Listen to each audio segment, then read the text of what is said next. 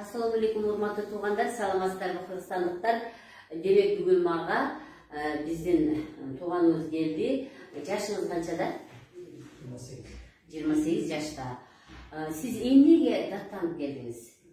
Товар ооруйт экен. Анан кийин бетинде угриси бар, Анан сиздин бел оору деп мына ушуга келди. Сиз ушуга чейин дарыландыңызбы? Дарыландыңыз?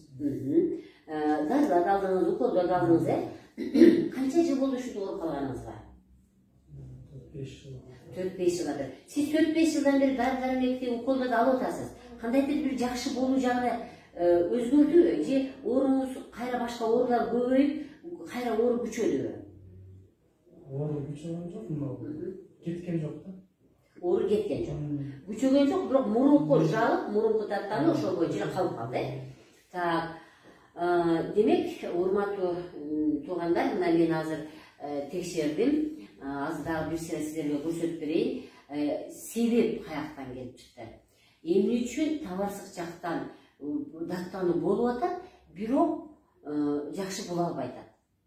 Мына азыр себебин көрөбүз. Так, камераны жакын алып келиңиз. Так, мен азыр сиздин ичиңизди басамын. Сиз мага эмне болуп атат айтасыз,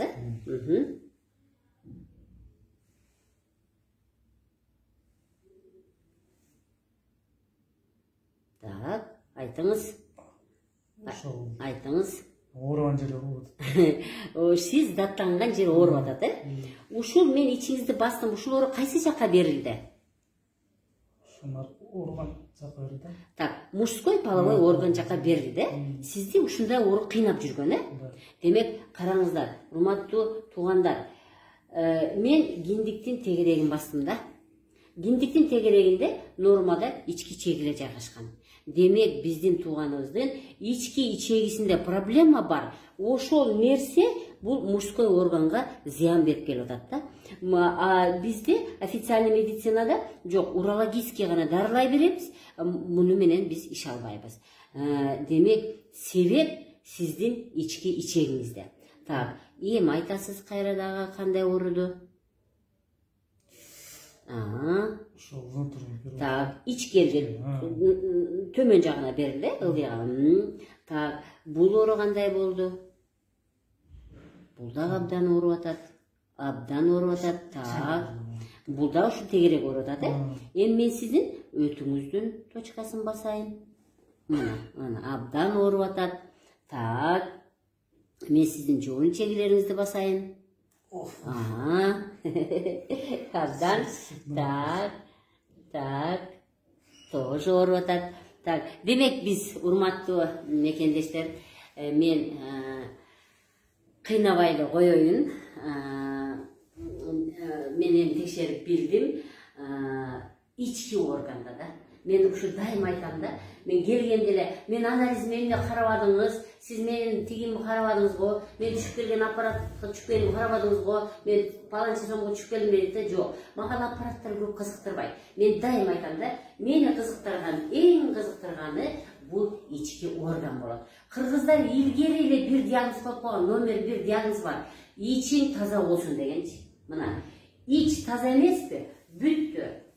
Эркектерде мужской органдар, аялдарда женский органдар, бөйрөк, ичеги, ички ичеги, жоон чеги, өт, ашказан, боор, ушунун бардыгы жабыркап калат.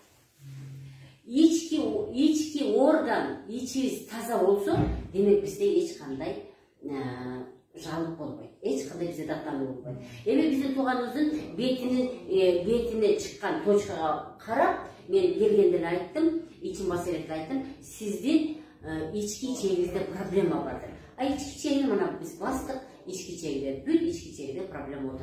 Ошон үчүн бетине угри чыкканы, бул ички ичегинин айынан бетине угри чыкты. Урматтуу тууганым, ичеги жаман болуп атат, көңүл буруңуз деп бетине угри чыкты. Бирок муну биз албетте официальный медицинада көп көңүл бурулбайт. Демек, биз кандай кылып дарылайбыз? Дарылоо жолун мен азыр сизге айтып беремин. Мына ошол дарылоо жол. Мен дагы айтам, урматтуу мекендештер, жакшы болуш 70% сизден байланыштуу. 30% бизге байланыштуу. Демек сиз мен айткан нерселердин баарын жасашыңыз керек. Жана ага кошуп 30% биздин ыкманы колдонушуңуз керек. Мына ошол эле сиз азыр жаш экенсиз. Сиз деген ушул нерсени жасай турган болсоңуз, ушул нерсени аткара турган болсоңуз, сиз врач деген жолду унутасыз. Демек мен сизге ден соолук каалап кетемин. Ыкмаларды толук аткарасыз. Сиз Кудай буюрса денеңиз сак болот. Саламатта калыңыздар мекендештер.